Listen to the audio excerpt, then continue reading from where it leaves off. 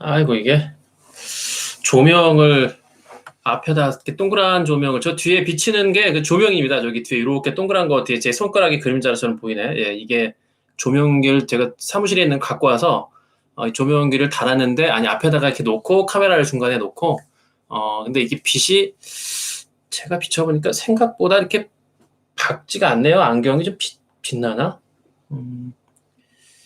네. 뭐 어쨌든 뭐 이걸 또 끄면은 좀 어두우니까 이 가운데 조명이 또 제가 있는 자리가 여기고 조명은 바로 옆에 한 1m 옆에 이쪽에 달려가지고 이 조명이 생각보다 방에 있을 때는 되게 밝은데 이게 카메라를 켜놓으면 그 조명이 이렇게 밝게 느껴지진 않아요. 네, 그래가지고 제가 사무실에 있는 벙커에 있는 조명을 동그란 걸 갖다가 딱 앞에다 놨는데 이렇게 가까이 가면은 이게 환한데 이렇게 조금 떨어지니까 떨어지니까 이게 제가 봐도 모르겠네요. 이게 저는 이게 앞에서 저도 비춰보긴 하는데 나중에 이제 편집해서 올리면은 올라가면은 저도 이제 뭐 제가 올린 거를 다 보진 않고요. 군데군데 좀 보거든요. 이제 보면은 뭐 어땠다 저땠다. 제가 처음에는 이제 제가 그 예전부터도 뭐 제 목소리를 제가 들을 때도 굉장히 어색했는데 이제 제 목소리를 듣다 보니까 익숙해졌고요. 제가 그때 목소리가 나오면 이거 내 목소리구나라는 걸 이제 알 수 있을 정도가 되지 않았을까 생각을 합니다. 근데 추석 뭐 앞으로 뭐 오늘이 이제 목요일이니까 내일 모레 이제 주말 토요일 일까지 해서 앞으로 3일 남았는데 뭐 특별하게 예년과 다른 추석인 것 같아요. 저희도 이제 저는 이제 처가 댁이 저희 아버님 어미 댁이 바로 여기 근처라서 항상 명절 때 거기 가는데 오늘은 올해는 추석 명절 이래로 아마 식구들이 안 모인 거는 처음인 것 같아요. 예. 아무래도 이제 또 모이면은 좋은데 모이게 되면은 또 개중에 혹시라도 또 이게 또 의심 환자가 생기게 되면은 또 그 모임을 주최한 이제 큰 집 같은 경우도 여러 가지로 또 그리고 또 그 옮기신 분들, 그러니까 아예 제가 볼 때는 올해는 뭐 큰 특별한 게 아니면은 이제 패스하고 다음을 기약하는 게 좋지 않을까라고 생각을 합니다. 네, 오늘은 제가 이제 가만히 이제 생각을 해볼 때, 뭐 추석이라고 해서 특별하게 뭐 제가 그렇다고 뭐 장기 자랑을 할 수 있는 게 뭐 찾아보고서 이제 그것도 한번 제가 기획을 해보고 있는데요. 토요일 날은 이제 장기 자랑을 한번, 뭐 장기 자랑을 해봐야 제가 노래하는 거밖에 없을 텐데, 노래 잘 못하지만 그냥 일단 열심히 한다는 거 보여드리는 건데, 근데 이제 일단 부동산 경매 그 유튜브기도 하고요. 또 경매에 대해서 제가 여러분들한테 말씀을 다 드리는 거기 때문에 제가 지난 뭐 한 22년 가까이 98년, 99년부터 이제 경매에 제가 입문을 하면서 이제 경매 시장이 어떻다라는 걸 두리번거리다 보니까 그동안에 이제 뭐 제가 직접 낙찰받은 것도 있고 아니면은 제가 경매 컨설팅 회사를 하면서 이제 고객들한테 의뢰받은 물건들을 대신 낙찰받아 드리고 뒷마무리까지 다 해드리는 그런 것들을 모두 하면서 여러 가지 제가 경험한 것들을 여러분들한테 한번 뭐 재밌게 얘기를 뭐 막상 꾸미려고 하니까 하려고 하니까 뭐 제가 쭉 생각을 해보니까 글쎄 뭐 이게 어떤 재미를 더한다고 해서 재미가 있을 것 같지는 않고 그냥 여러분들이 들어주시면서 이런 사례도 있었구나. 그래서 여러분들이 앞으로 해나가는 과정에서 제가 말씀드리는 것들을 하나의 경험한 팁으로 삼아서 제 경험을 갖고서 여러분들이 실제적으로 이제 활용할 수 있는 뭐 그런 시간이 좀 될 수 있으면 좋지 않을까 생각을 합니다. 네, 어서 오시고요. 그래도 뭐 저는 뭐 몇 분 안 보실 줄 알았는데 또 이렇게 많이들 오시네. 저는 처음에 시작할 때 한 분, 두 분 들어오면 어떡하나 굉장히 염려를 했는데 이제 벌써 라이브를 8번째 하다 보니까 굉장히 제 스스로도 점점 발전해가는 듯한 느낌이 들어요. 예. 자, 이제 그만 얘기하고, 자, 본론으로 들어가서 이제 말씀을 드리도록 할게요. 위에다가 살짝 제 얼굴이 뜨나요? 제 얼굴이 좌측, 우측, 네. 제 얼굴이 살짝 뜨죠? 네. 요것도 좀 키우는 거를 좀 제가 방법을 찾아야 되는데, 뭐, 일단 그래도 제가 뭐 아예 없는 게 아니라 살짝 보이니까, 네.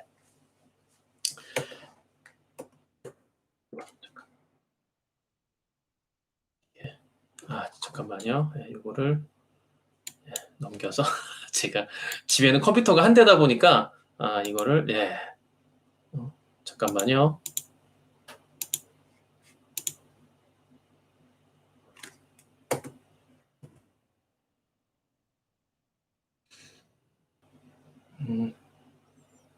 이게 안 넘어가나? 잠깐만요. 아이고. 아까 연습을 했는데, 잠시만요.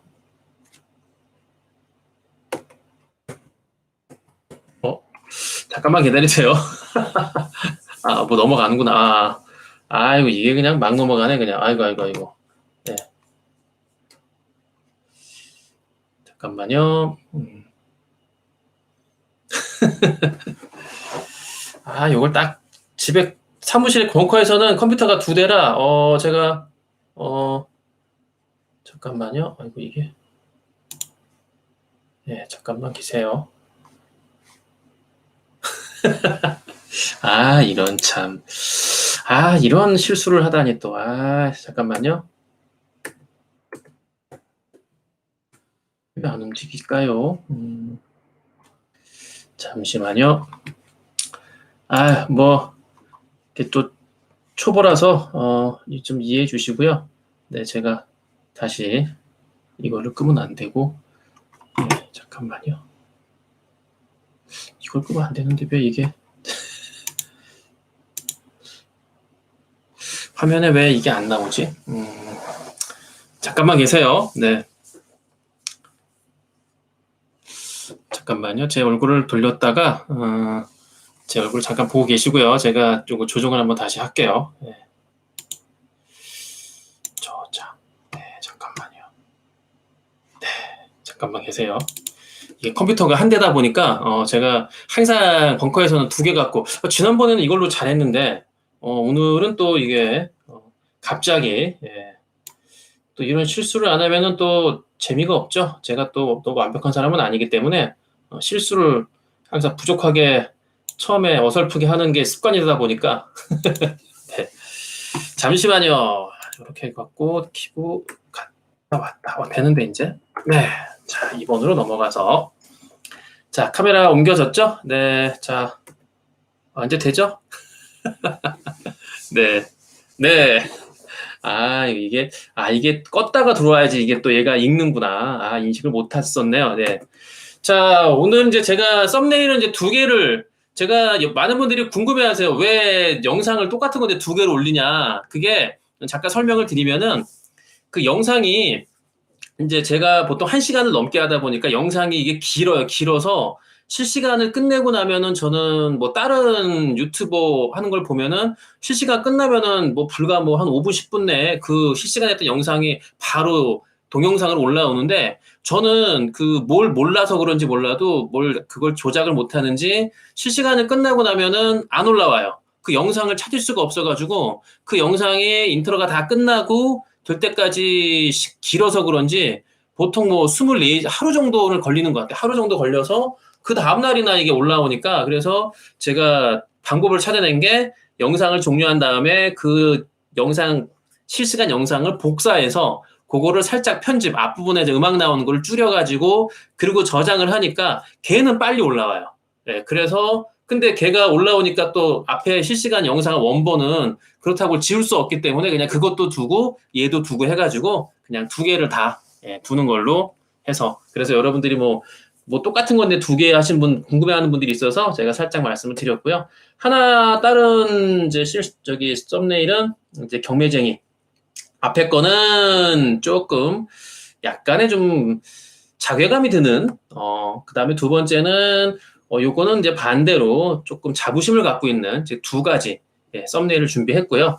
자, 첫 번째는 이제 제가 명도하면서 여러분들도 아마 직접 낙찰받고 진행을 하시면서 경험하신 분들이 계시는지 모르겠지만, 명도할 때 뭐 저는 개쌍욕을 뭐 그렇다고 뭐 할 때마다 쌍욕을 얻어먹은 건 아니고요. 이제 특히 욕을 얻어먹는 경우가 물론 뭐 사람에 따라 다른데, 뭐 제가 이미 그 전에 유튜브에서 제가 정말 여자 어르신 2분, 그분들이 한 60이 넘으신 분들인데 지금은 그분들이 이제 70대가 훨씬 넘으셨겠지만 그 여자 2분이 그냥 정말 엄청난 쌍욕을 퍼버가지고 정말 남자의 성기를 뭐 잘라버린다는 얘기까지가 듣고, 그분들이 뭐 소금도 뿌리고 뭐 그런 경험을 당했는데, 글쎄 이제 그 당시에도 뭐 불과 10년 전 경매한 지 한 절반쯤 되는 해였는데도 불구하고, 경험을 했는데도 불구하고 그런 쌍욕을 당하니까 참을 수가 없어서 진짜 그때 숨을 크게 쉬고 제가 3-4번을 외친 게 정말 저도 막 욕이 막 튀어나왔는데 그 욕이 튀어나온 거를 참고 넘어간 것이 지금 생각하면은 정말 다행인 거죠. 그때 맞대응하고서 싸운다는 게 그게 결코 나를 위해서 뭐 다른 사람을 위해서 그걸 떠나서 일단 나를 위해서 무조건 하고 그거는 손해가 되기 때문에 뭐 절대 여러분들은 욕을 얻어먹었다고 싸울 필요는 없어요. 그런데 중요한 건 이 쌍욕을 얻어먹으면 사람이 정신세계가 흔들리거든요. 그러니까 여러분들도 지나가다가 아니면 뭐 지나가다가 욕을 들었는데 그 욕 들은 게 뭐 나한테 한 게 아니라 그래도 마치 나를 쳐다보고 했다 그러면 기분이 나쁜데 대놓고 앞에서 나를 쳐다보고 정말 그 쌍욕을 퍼부면 그거를 참을 사람은 저는 없다고 보기 때문에 그래서 제가 명도할 때 여러분들한테 계속 당부드리는 게 맞대응하지 마라. 그러니까 대면하지 마라. 맞대응이 아니라 대면하지 마라. 그러니까 만나서 얼굴 보고 할 얘기가 없기 때문에 가급적이면 문자, 그러니까 전화상으로도 혹시 감정이 실려서 목소리에 묻어나서 나오니까 여러분들도 전화는 간단하게 확인하는 정도만 그치고 문자로 주고받는 게 좋다. 근데 저는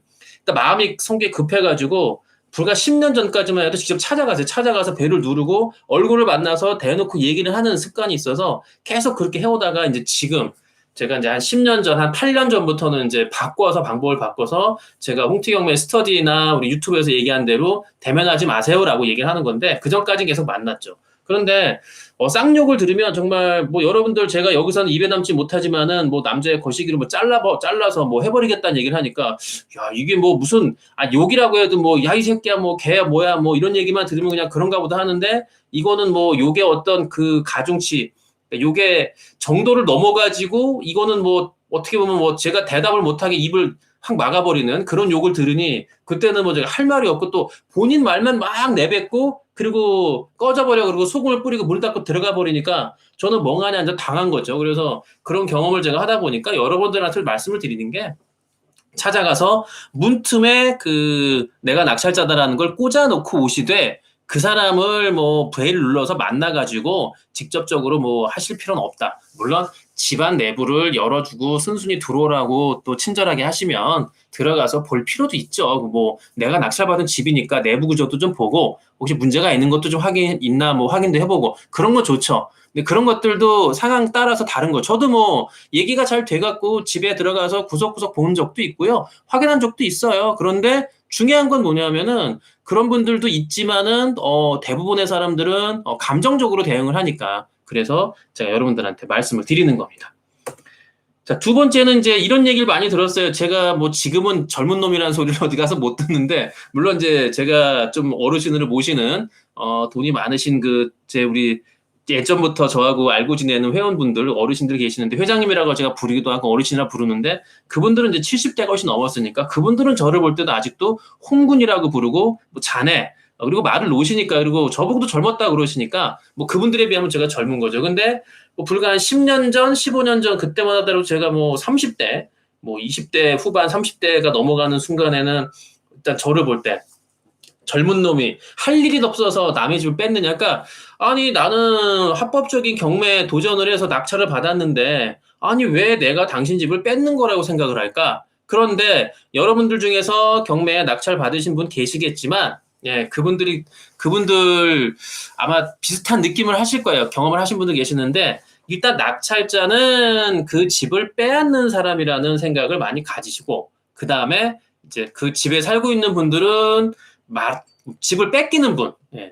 집을 뺏긴다고 생각을 하세요. 집을 뺏긴다고. 그러니까 제가 볼 때는 이해가 안 가죠. 아니 내가 뺏는다는 게 그 말이 되는 소린가? 근데 보통 사람들이 생각하는 거는 일단 경매를 당한 사람들은 내 집을 빼앗는 사람, 낙찰자는 예, 그렇게 생각을 하다 보니까 이게 대화가 안 되죠. 저 사람들은 침략자고 나는 침략을 막아야 되는 사람이고 그러니까 무조건 선하게 구분돼 있어요. 나는 억울하게 당하는 사람이고 저 사람은 내 집을 강제로 뺏는 사람이라는 그런 공식이 딱 성립하다 보니까 이게 얘기가 이어가는 게 어렵죠. 그래서 여러분들이 그 메모를 낙찰받고 꽂아놓고 그 연락이 오고 그 사람들하고 뭐 주고받는 대화가 진행이 될 때 첫 느낌을 보면 알아요. 전화 통화가 왔을 때 다짜고짜 뭐 성질을 내거나 화를 내거나 뭐 큰 소리를 치거나 뭐 욕부터 하시는 분도 있고 뭐 별별 얘기를 다 하거든요. 예, 그래서 공개적인 자리에 전화를 받았다가 목소리가 막 그 수학이 밖으로 들려가지고 옆에 사람들이 쳐다보는 너무 크게 욕을 하니까 뭐 그런 경험도 했기 때문에 여러분들이 전화를 그 투넘버를 제가 쓰라고 말씀을 드렸죠. 그래서 메모를 꽂아놓고 거기 살고 있는 점유자한테 연락이 올 때는 많은 공개된 자리, 뭐 밀폐된 곳, 엘리베이터라든가 카페라든가 뭐 집에서 식사하면서 식구들 옆에 있을 때 그럴 때는 받으시면 안 되고 절대로 여러분 혼자 있는 곳에서 전화를 받는 게 그 상대방이 소리를 질러도 옆에서 뭐 전혀 신경 쓰는 사람이 없게끔 만드는 게 중요하지 않을까 저는 생각을 하는 거예요. 그래서 일단은 뭐 뺏기는 사람이라는 그 공식이 있는 한 앞으로도 마찬가지일 거라고 생각하는데 아닌 사람들이 이제 점점 뭐 경매라는 것들이 일반화되다 보니까 뭐 이런 굳이 뭐 젊은 놈이 할 일은 없어 남의 줄 뺏느냐라는 얘기를 하는 분들은 점점 줄어들고 있는 건 사실이에요. 그리고 경매가 하나의 재테크로서 아는 사람들이 인식하고 있고 또 많이 그 경매에 참여를 하기 때문에 여러분들 앞으로는 아마 이것들도 점점 이제 옅어지면서 이제 경매라는 것도 많은 사람들이 이제 당연히 뭐 뺏기는 자의 그런 공식은 아니지 않을까라고 생각을 하네요.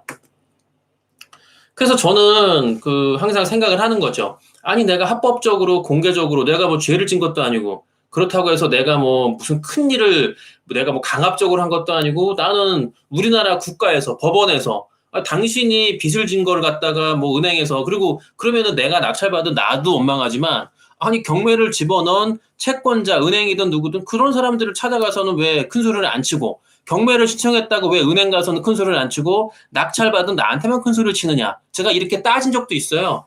그랬더니 이제 논리적으로는 뭐 그분들하고 논리를 따지고 얘기할 건 아니고 뭐 어찌 됐든 뭐 그런 얘기는 다 이제 차치하고 무조건 하고 나는 못 나가니까 네 맘대로 해. 배를 째든 말든 네 멋대로 해라.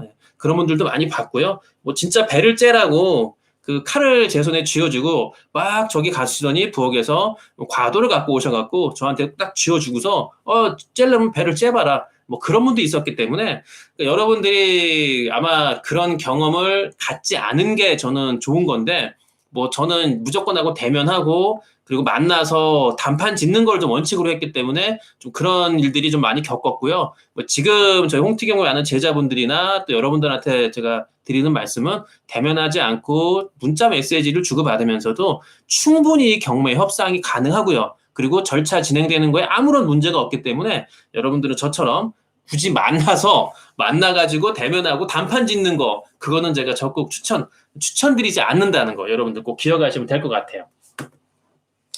중간중간에 여러분들 궁금한 거 있으면은 꼭 저기 채팅창에 제가 보고 있으니까요. 물어보시면은 제가 답을 해드릴게요. 뭐, 제가 했던 얘기에서 궁금하신 걸 물어보셔도 되고, 여러분들이 경험한 것들, 또 여러분들이 물건 보시다가 꼭 명도가 아니어도 상관없으니까, 경매 검색하시다가 뭐, 이거 물건은 잘 모르겠다라고 하는 건 물어보시면 제가 답해 드릴 수 있어요. 근데 제가 지금 컴퓨터가 이게 한 대가 있어갖고 또 그걸 좀 사건 번호 찾고 하려면 좀 시간이 걸리니까 그런 것들은 조금, 양해를 해주시면 될 것 같고요. 네, 어서 오시고요. 그래서 저는 여러분들한테 조언을 드리는 게 이겁니다. 당당하게 임하자. 여러분들은 절대로 뭐라 그럴까? 불법적인 것을 저질러서 뭐 이득을 취하는 사람들이 아니에요. 여러분들은 합법적으로 여러분 돈을 들여서 여러분들의 신용을 갖고 대출을 받아서 그리고 내 재산을 내가 합법적으로 취득하기 위한 방법이기 때문에 여러분들 뭐 그 사람들이 뭐라고 하는 거에 있어서 주눅 들거나 그리고 낙찰받은 내 집이면은 뭐 예를 들어서 대금을 납부하기 전엔 아직까지는 반쪽짜리 내 집이기 때문에 뭐 살금살금 갈 수도 있어요. 그런데 대금을 납부했으면 그 내 집 아니에요? 내 집인데 내 집에 대해서 뭐 내가 찾아가서 문을 두드려서 나가라고 큰소리 치는 것도 아니고 그 살고 있는 점유자한테 내가 당당하게 나가라고 요구하는 거에 있어서 여러분들 뭐 전혀 겁내거나 두려워하지 마시고 당당하게 접근하시면 된다라는 말씀을 제가 드리는 거예요. 절대 주눅들 필요는 없다. 그리고 그렇다고 해서 큰소리 빵빵 치면서 뭐 내 집인데 네가 왜 안 나가고 지랄이야? 지랄이야? 네. 그러면서 맞대응하는 건 제가 추천드리진 않고 그렇게 하라고 제가 말씀을 안 드리지만 당당하게 욕것만 간단하게 욕을 하면 지는 거예요. 욕을 먼저 할 필요도 없고요. 상대방이 욕을 한다 그러더라도 그냥 그거에 대해서 한번 침 생기고 참으시고 어찌됐든 뭐 나는 이 집의 주인이니까 원칙만 얘기하세요.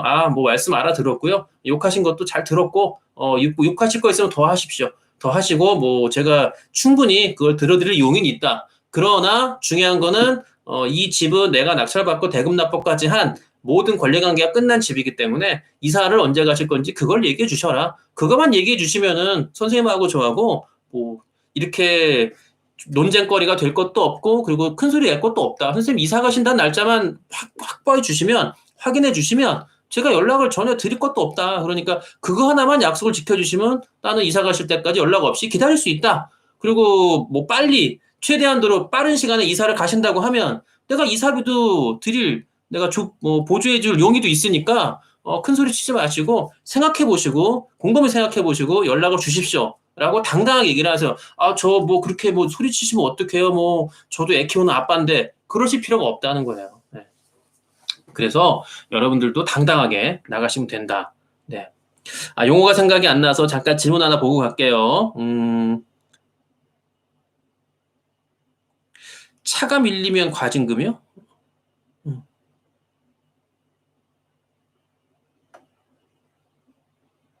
글쎄, 뭐 차가, 뭐 가게 앞에 물건을 쌓아놓고 이거죠.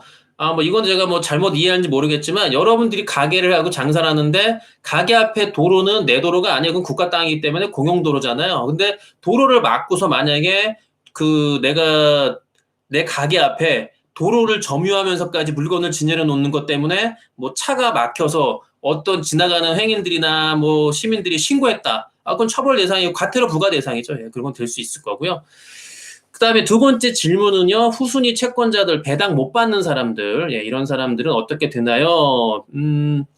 뭐 예를 들어서 내가 전세로 들어갔거나 월세로 들어갔는데 정상적으로 계약을 체결하고 집주인한테 보증금을 줬겠죠? 그런데 나는 후순위고 경매 낙찰대금에서 나는 한 푼도 못 건져요. 그런 임차인이 있겠죠? 그런 임차인 같은 경우는 뭐 그 원주인 경매가 끝났다고 하고 말소가 됐다고 하더라도 그 원주인한테 청구를 할 수 있는데 근데 문제는 뭐냐면은 그게 쉽지가 않다는 거죠. 보통 경매로 이제 소위 말해서 모든 것을 다 날리는, 예, 모든 것을 다 경매로다가 어쩔 수 없이 경매에 들어온 사람들이기 때문에 경매까지 들어왔는데 돈을 뒤에다가 숨겨놓고 돈이 있는데 그런 분들은 모르겠어요. 뭐 제가 어디 묻어둔 사람들이 있으면은 뭐 그걸 찾았으면 제가 뭐 그런 사례도 있구나라고 할 텐데 제가 경험한 많은 그 채무자들 가운데 특히 소유자가 경매 살고 있는데 그분들이 집이 뭐 그분들 공장이나 그분들 거에 넘어간 경우에는 그분들은 이제 소위 말해서 쫄딱 망한 사람들이기 때문에 정말 돈이 없어서 그분들한테 어떻게 주장할 수 있는 게 없어요. 그래서 일단 경매로 들어가서 그 경매로 빚잔치가 끝났으면 배당이 끝났으면 뭐 거기서 못 받은 사람들이 받기는 어렵다, 예, 생각을 하면 될 것 같아요. 네, 그건 좀 힘들 것 같습니다. 네. 자, 그래서 이제 재밌는 거는 이제 여러분들 중에서는 이제 공장, 경험하신 분이 계실지 모르겠지만, 공장 같은 경우는 이제 주변에 있는 이런 막 공장 밀집지대가 아니고요. 여러분들 이제 한적한 그 외곽도로 가시다 보면은 외곽 뭐 왕복 1, 2차로, 그런 도로의 옆에 공장 건물, 그 슬래트루진, 이제 공장은 딱 볼 때 공장 같이 보이잖아요. 이제 그런 것들 여러분 많이 보셨죠? 그런 것들이 그런 물건들이 경매에 나와서 낙찰이 돼서 뭐 그건 제가 직접 받은 건 아니고 제가 컨설팅 회사를 할 때 저희 고객분이 의뢰하셔갖고 낙찰까지 다 받아들이고 명도까지 다 해줘야 되니까 그래서 이제 찾아갔을 때 정말 심한 경우는 쇠파이프 들고서 들어오지 말라고 휘두르는 사람도 봤고요. 뭐 망치라든가 공장 내에 보통 연장들이 많으니까 뭐 그런 것들을 휘두르면서 손에 쥐고서 뭐 제가 뭐 명도 때문에 왔다 그러면은 이제 이 얘기를 하니까 그 사람들이 쭉 몰려 나와서 이제 저는 이제 거의 혼자 다니니까 제가 누구하고 뭐 같이 가거나 그러지 않고 그냥 제가 뭐 야리야리하고 호리호리하고 뭐 보기에 좀 힘도 못 쓰게 생기긴 했지만 어찌됐든 명도라는 것도 힘없이 생긴 거하고 별개의 문제니까 그렇게 찾아갔을 때 쇠파이프를 들고 휘두르면서 이제 그런 사람들을 봤거든요. 그러니까 위협을 하는 거죠. 그런데 그렇다고 해서 제가 그 많은 경험을 했지만 그 사람들이 휘두르는 쇠파이프에 제가 맞은 적도 한 번도 없고요. 그리고 그분들이 망치 휘둘러서 저한테 제 앞에 진짜 뭐 그러니까 손을 들고서 뭐 위협을 할 정도는 될지 몰라도 그분들이 그걸 휘둘러서 제 몸에 닿게 한 경우는 단 한 건도 없었다. 몸싸움조차 일어나지 않았다라는 거죠. 왜냐? 저는 그 물건을 받은 낙찰자고 어쨌든 낙찰자 대리인이든 어쨌든 이 물건의 소유권자를 대신해서 온 사람이기 때문에 절대로 이 사람들한테 뭐 제가 그렇다고 해서 쌍욕을 같이 퍼붓거나 뭐 저도 뭐 무슨 뭐 몽둥이를 들고서 뭐 같이 맞대응하려고 하는 게 아니라 저는 당당하게 원칙대로만 용건만 얘기하고 사항을 조목조목 설명을 하면 그분들도 상식이 있고 그다음에 생각을 하는 분들이기 때문에 같은 저하고 동일한 사람들이에요. 그래서 그분들이 절대로 제가 그냥 뭐 특별하게 욕을 하거나 심하게 한 것도 아니라 내가 이거 낙찰받은 거 내 물건에 명도하러 왔다. 아니면은 우리 고객이 의뢰해서 내가 고객의 대리인이다. 뭐 누구누구 변호사 사무장이라고 한 적도 있지만 보통은 대리인이라고만 얘기하거든요. 뭐 조금 이제 법률 사무장, 대리 변호사 사무장이라고 하면 그게 또 위압감이 돼가지고 또 진행이 안 되는 경우가 있기 때문에 이제 사항을 봐가면서 제가 이 얘기를 하는데 어쨌든 보통은 그냥 낙찰자 대리인으로서 왔다. 그러면 대리인이라는 거는 제3자로 취급을 안 하고요. 그리고 같은 사람으로 많이 봐요. 뭐 무슨 대리인이냐, 당신이 낙찰받은 거 아니야 이렇게 얘기하는 경우가 있기 때문에 그래서 그분들한테 제가 조목조목 처음부터 있는 그대로 내가 낙찰받아서 여러분들한테 오게 된 경위 그리고 대금 납부를 했기 때문에 이제 내 거다라는 걸 설명을 하면서 뭐 내가 여러분들을 쫓아내려고 하는 게 아니라 언제 이사 갈 건지 그것만 얘기를 하시면 된다라는 명확한 얘기만 드리면은 크게 문제가 없다. 그래서 제가 이 얘기를 드리는 게 쇠파이프를 휘두른다고 해서 그 사람들이 휘둘르지도 않지만 위압감을 주는데 그거에 겁먹고 여러분들이 할 말을 못하고 할 필요는 없다는 거죠. 이게 모든 게 적용이 되는 거예요. 그러니까 당당하게 자신감 있게 나가서 뭐 여자분들 같은 거 혼자 가시는 거 위험하지만 남자분들 같은 경우는 혼자 가신다고 해서 크게 뭐 경매 명도하다가 몰래 맞았다. 명도하다가 뭐 예를 들어 큰일을 당했다라는 얘기는 제가 들어본 적이 없기 때문에 뭐 제 경험상도 그렇고 제 주변에서도 그렇고요. 제가 컨설팅에서 운영하면서 저희 회사 직원들도 뭐 명도를 하는데 뭐 그렇게 험한 꼴을 당해서 뭐 어딜 다쳐갖고 온 경우는 제가 컨설팅에서 운영하는 한 4년 동안 본 적이 없어요. 그래서 그때 뭐 직원들이 많을 때는 뭐 20여 명 이상 있었는데 그런 일들은 제가 경험해 본 적이 없기 때문에 뭐 그래서 여러분들한테도 자신감 있게 말씀을 드리는 거예요. 당당하게 임하시고 너무 불필요한 말 하실 필요 없고 용건만 간단히 내가 낙찰자고 대금 납부했고 내 소유고 이사 언제 가실 겁니까? 라고 단도직입적으로 그리고 또 예의를 갖춰서 말씀을 드리면 저는 충분히 협의가 가능하다라는 말씀을 드리는 거죠. 네, 궁금한 거. 나쁘게 이용하는 사람들 분명히 있죠. 당연히 있습니다. 제가 좋게 얘기할 때 그거를 오히려 이용해가지고, 네가 그렇게 만만하게 나오는구나. 올컨이라고 해서 제 머리 꼭대기를 올라가려고 하는 사람이 있죠. 그런 눈치가 보이죠. 제가 왜 모르겠습니까? 뻔히 알죠. 그렇다고 하더라도 제가 일관성 있게 꾸준하게 그걸 얘기를 해나가면서, 계속 어차피 저도 같은 얘기잖아. 이사 언제 가실 거냐라는 얘기밖에 전 할 게 없으니까 그렇게 얘기가 될 때 그 사람들도 제 머리 위에 있다가 자연스럽게 내려갈 수밖에 없어요. 그래서 여러분들 그 점은 걱정하지 마시고 진행하시면 된다. 이거는 제가 이제 그 집행하면서 그 식탁에 음식도 안 치우고 그냥 밥 숟가락부터 그냥 먹다 남은 국그릇 반찬 뭐 냉장고에 넣은 것도 있지만 굳이 냉장고에 넣을 필요 없는 뭐 마른 반찬이라든가 김이라든가 또는 뭐 남긴 반찬들 그런 것들이 그냥 그대로 얹어져 있는 것도 본 적이 있어요. 이게 몇 년 됐는데 하남시에 이제 아파트 결국에는 협의가 안 되고 얘기가 안 되니까 이사비를 너무 과하게 요구하니까 결국에는 집행을 했죠. 집행을 해서 이제 문을 열고 들어가니까 집엔 아무도 없었는데 딱 가보니까 식탁에 그 밥숟가락하고 젓가락하고 쭉 놓여 있고 그리고 밥을 먹고 나간 지 얼마 안 된 것 같아요. 뭐 국에서 국그릇이 아직도 따뜻한 거 보니까. 근데 그런 집도 제가 봤죠. 야, 밥 먹고 그냥 바로 나갔네. 이분들은 분명히 오늘 2주 전에 계고할 때 다음 주 화요일 날 8시에 9시에 집행하러 옵니다라고 집행관이 계고를 분명히 명시를 했고 그다음에 앞에다가 붙여놨기 때문에 언제 온다는 것도 뻔히 아는데 근데 오늘이 집행하는 날인데도 불구하고 밥을 드시고 식사하시고 그냥 내비두고 가셨다? 이런 거는 또 뭘까? 저는 좀 의아하게 생각을 했어요. 그렇다고 그분들이 비상식적인 사람들은 제가 볼 때는 아니 그냥 뭐 이사비 달라고 뭐 과도하게 그 사람들이 요구하는 거 말고는 뭐 이 사람들이 정상이 아니다라고 생각을 한 적은 없는데 그런데 이제 문제는 집행을 하고 나니까 이제 제가 당사자다 보니까 저한테 이제 뭐 정말 문자 메시지가 여러분들 문자가 한 사람의 문자를 치고 보내죠. 그리고 이제 보내고 나면 또 쓰는 거예요. 그리고 또 보내고 그렇게 문자를 제가 한 50개인가 뭐 세보진 않았지만 계속 한 사람한테 오는 거죠. 계속 삑 울리고 뭐 확인을 하면은 이제 요즘 같은 거야 문자 메시지도 확인을 하면 일일 표시가 이제 없어지잖아요. 문자도 서로 같은 최신 휴대폰끼리는 가능한데 카톡 같은 경우처럼 이게 없어지잖아요. 이제 그런 것도 요즘 문자가 되는데 그 당시만 하더라도 그런 건 없었는데 뭐 제가 읽은지 아닌 건지 그 사람은 모르지만 지금 같으면은 일부러 안 읽고 제가 넘어갔을 거예요. 예. 그런데 이제 그때는 뭐 그런 표시가 없으니까 어차피 그 사람은 저한테 문자를 보내면 제가 다 읽을 거라고 생각했겠죠. 그래서 제가 그 문자를 받으면서 근데 사람이 신기한 게요. 그런 문자를 받고 거기에 제가 동요가 되면 열이 받아요. 열이 받는데 그냥 그러려니 하고 넘어가면 뭐 욕을 하나 보다라고 넘어갈 수 있다는 거죠. 그러니까 그거는 어쨌든 내 마음과 내 마음이 달린 거다라고 저 생각을 하거든요. 그러니까 여러분이 마음을 그러니까 화도 그렇잖아요. 막 열이 확 올라오는 경우가 있는데 또 어느 순간에는 또 열이 확 식고. 근데 그거는 시간이 지나면 알아요. 내가 그때 내가 왜 화를 냈지? 그러니까 시간이 한참 지나면 물론 너무 화가 난 건 잊을 수가 없겠죠. 그런 거 잊을 수가 없는데 그냥 적당히 화가 나고 내가 열을 확 낸 거는 내가 그때 왜 열을 냈을까? 한 2년, 3년 지나고 생각하면은 왜 열 냈는지 기억도 못하고 그때 내가 화를 냈었나라고 한 경우가 있잖아요.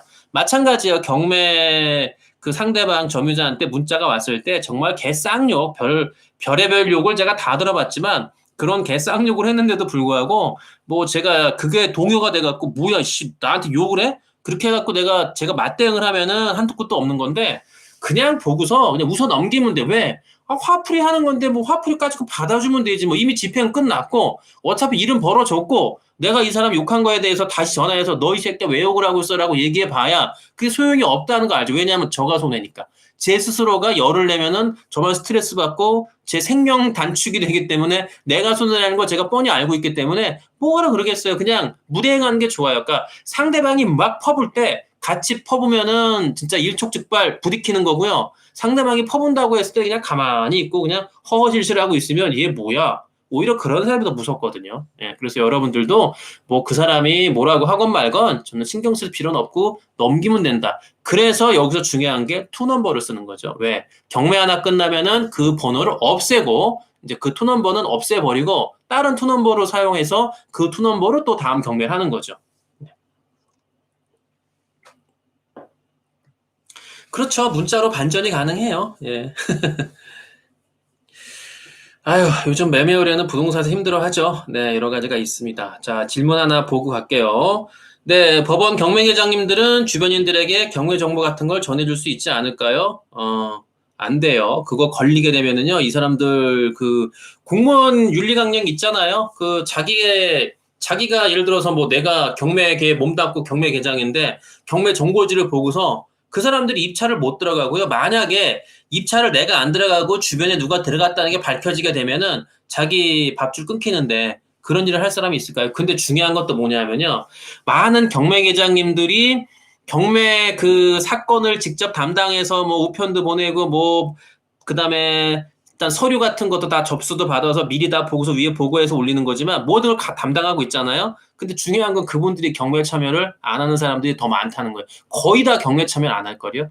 그러니까 어떤 분들은 집행관하고 그만두셨는데 이런 얘기를 하세요. 아, 내가 그때 생각해보니까 그때 누구누구를 통해서라도 좋은 거 받을 수 있는 기회가 있었는데 이제 와서 생각하니까 그럴 수도 있었구나라고 생각했는데 그 당시에는 그걸 몰랐다는 거죠. 예, 그러니까 일적으로 경매를 대하는 거하고 우리처럼 이걸 돈을 벌겠다고 이 경매를 보는 거하고 수익을 바라보고 경매를 그 참여하는 거하고 일로서 경매에 그 모든 것들을 관여하는 거하고는 좀 차이가 난다. 그래서 많은 경매계장님들이 그리고 양심적인 분들이 아직은 많이 있어요. 그래서 그런 것들을 절대 본인이 그걸 봤다 그래서 여기저기 알리고 큰일 나게 그거 아니 남말은 새가 듣고 내가 얘기한 게 이게 이 사람 거쳐갖고 어떻게 될 줄 알아요. 그랬다가 정말 자기가 힘들어서 공무원 된 거 연금도 못 받고 잘리게 되면은 그 무슨 큰일이겠어요. 그러니까 그런 일을 하는 사람들은 없다라고 생각하시면 될 것 같습니다.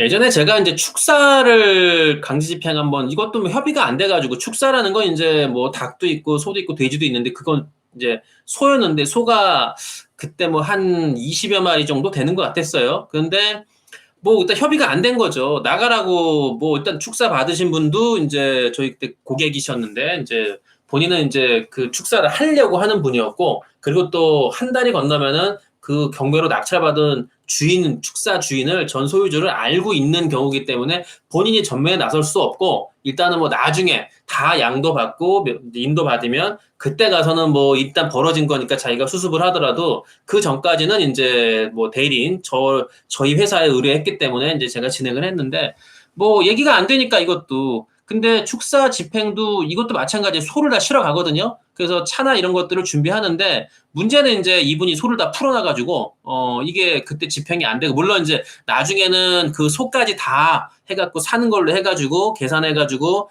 협의가 돼서 이제 자연스럽게 인도받았는데 일단 이분 입장에서도 집행이 된다 그러니까 가져가려면 마음대로 가져가 봐. 그리고 소를 막 풀어놔가지고 물론 소를 풀어놨다고 해서 소가 덤비지는 않아요. 덤비지는 않는데 아니 저도 겁이 나죠. 소가 뭐 아니 뭐 조그만 강아지도 막 싸납게 짖으면 피하게 되는데 아니 이 저보다도 그냥 한참 등치도 큰 이 소보다 뿔 달렸잖아요. 그런 소가 앞에서 왔다 갔다 하는데 거기 갈 수가 있나? 저뿐만 아니라 같이 갔던 그 경매 집행관님들도 그렇고 또 그것 때문에 이제 오신 그런 분들도 물론 그분들 중에서는 소를 다룰 줄 알죠. 다룰 줄 아는데 문제는 이제 그걸 함부로 했다가 만약에 뭐가 부서지거나 다치거나 또는 소가 만약에 상해를 입거나 그러면은 그거 모든 책임을 누가 줍니까? 집행관이 져요.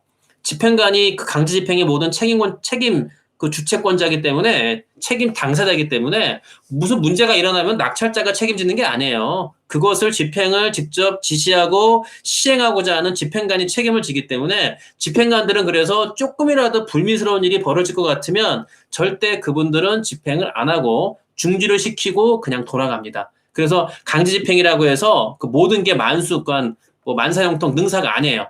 아닌 경우도 많이 있다는 거예요. 그래서 제가 여러분들한테 말씀을 드리면 무조건 집행이라고 해서 뭐 안 되면 집행하지 뭐 그게 굉장히 쉬운 것 같은데 그게 생각보다는 쉽지가 않아요. 그리고 집행을 하게 되면은 누가 가장 손해보냐? 가장 손해보는 거는 저는 낙찰자라고 생각하거든요. 일단은 물론 뭐 이사비를 과하게 요구했기 때문에 이사비 500을 줄 바에는 집행비 300이 싸다라고 할지 모르는데 과연 그 500이라는 거를 살고 있는 점유자가 자기가 진짜 500을 받으려고 주장을 한 건가? 그건 아닌 사람들이 많거든요. 500이라는 건 턱없이, 그러니까 터무니없는 금액인데도 불구하고 부른 이유는 하나예요. 일단은 불러놓고, 그 사람 반응하는 걸 보고 협상을 하겠다라는 의도기 때문에 500을 불렀다고 무슨 소리 하는 게 무슨 500이야 말도 안 되는 소리 하지 말고 집어쳐. 이렇게 얘기할 수 있다는 게, 이렇게 얘기할 수 있는 게 아니라는 거예요. 그러니까 500을 부르면, 아, 그러세요? 네, 알겠습니다. 일단은 뭐, 한번 컴퓨터해 볼게요. 그러고 나서 생각해 보니까 500은 너무 과합니다. 그거는 말도 안 되는 거고 집행을 해도 300인데 어떻게 500을 드립니까? 그럼 집행하겠습니다. 그러면 집행비 300을 달라. 그런데 제가 집행 비용이라는 거는 제가 추측해서 이 정도 나오겠다고 하는 거지 실제적인 집행이 들어가면 선생님 짐 얼마 없잖아요. 그만큼 안 들고요. 요즘은 여러 선생님도 네이버나 이런 데 검색해 보시면 알겠지만 집행 비용이 다 나와 있어요. 대충 얼마 추측이 되기 때문에 추정이 되기 때문에 그 정도 안 나옵니다. 이런 식으로 해서 그 사람하고 협의를 해 나가면서 그때그때 상황에 맞게 진행해 나가시면 되지 500을 요구했다고 무슨 뭐 말도 안 되는 소리 하고 있어. 500이면 나 당장 때려치고 나 무조건 집행할 거야. 그게 안 된다는 거예요. 예. 그래서 금액이라는 거는 뭐 명도비용, 이사비용이라는 게 정해진 건 아니지만 여러분들이 어떤 계산을 할 때, 낙찰받고 수익 계산을 할 때 최소한의 정해진 금액이 있잖아요. 여러분들이 이 정도 금액 이상이면 내가 뭐 수익에서 좀 손실이 난다. 그런 최소한의 금액, 그 다음에 그 집에 대해서 조사를 충분히 하셨기 때문에 아, 이 사람이 짐이 어느 정도 있고 이런 거를 대략 가정집이면은 가정집에 짐이 뭐 방마다 꽉꽉 찼겠습니까? 그건 아니니까 어느 정도 예측이 가능하단 말이에요. 그래서 그런 것들을 충분히 여러분들 사전에 미리 확인해 보시고 준비하시는 게 좋다라고 말씀을 드리는 거고요. 신탁재산, 네, 신탁공매, 공매하셨는데, 연락처를 알 수 있는 방법은 직접 그러니까 말씀드린 대로 공매든 경매든 낙찰 받으셨으면 그 해당 물건지에 가서 메모를 남겨놓으세요. 메모 남겨놓으시고 부담 마시고 연락 주세요라고 얘기하시는 게 좋아요. 그렇게 하시면 되지 뭐 그걸 직접 찾아가서 문을 두드리는 건 저는 추천드리진 않아요. 그러니까 메모를 남겨놓으시고 그래도 연락이 없으면 한 3번 정도까지 메모를 꽂아 놓으시고 연락이 오면은 그때 가서는 이제 뭐 통화하면 되지만 그래도 연락이 안 온 경우에는 문을 두드려보는 방법밖에 없죠. 최후는. 그러나 뭐 처음부터 가서 문을 두드리고 내가 낙찰자인데 그렇게 얘기하시는 거는 저는 추천드리진 않는다라고 생각을 합니다. 뭐 이것도 아까 하는 말이지만 뭐 이분도 마찬가지예요. 그러니까 참 재밌는 게 경매 재밌는 게 뭐냐면요. 그냥 이사도 갔어요. 이사도 가고 뭐 마무리가 됐어요. 뭐 집행한 것도 아니고 그냥 이사를 갔어요. 그 이사비도 줬어요. 그런데 한 며칠 있다가 문자가 오죠. 뭐 개새끼야, 뭐 뭔 새끼야, 벼락 맞아 죽어라, 뭐 이렇게 오는데 뭐 저는 이제 그런 문자를 하도 많이 받아보고 뭐 별별 소리 다 들어봤기 때문에 웬만한 거에는 제가 그렇게 뭐 눈 하나 꿈쩍하진 않고요. 뭐 죽인다고 협박이나 이런 것들 뭐 저는 크게 개의치는 않습니다. 뭐 저희 서초동 벙커 제가 딱 공개를 해놨잖아요. 주소도 공개하고 지나가다 보면은 간판이 뻐쩍뻐쩍하니까 아 저기가 홍티경매구나 다 알고 있잖아요. 제가 그 쌍문동에 그 법정이상권 철거 소송 진행 중일 때 이제 그 사람들이 거기에 협회 그 건물주가 뭐 연락 와가지고 뭐 죽인다 뭐 앞에까지 와서 시위하고도 그런 적도 있었는데 중요한 건 뭐냐면은 그렇다고 해서 그런 거에 겁을 내거나 그런 건 왜냐면 저도 이제 그런 거에 많이 그 경험하다 보니까 아, 뭐 그럴 수도 있구나라고 생각하는 거고 실제적으로 행동에 옮기는 사람들은 많지 않다는 거죠. 그러니까 직접 찾아와서 나를 진짜 죽여? 아, 그런 일은 없어요. 없기 때문에 아까도 말씀드렸지만 당당하게 자신감 있게 시작하시면 되는 거지 뭐 겁을 내거나 그럴 필요는 없다는 거예요. 어차피 그 경매를 당한 당사자도 사람이고 또 경매를 낙찰받은 나도 사람이기 때문에 사람 대 사람에서 뭐 특별하게 뭐가 있겠습니까? 아니 그 사람이 뭐 진짜 그야말로 흉악범도 아닌데 네. 그렇기 때문에 염려하실 필요 없고 네. 물 한 잔 먹고요.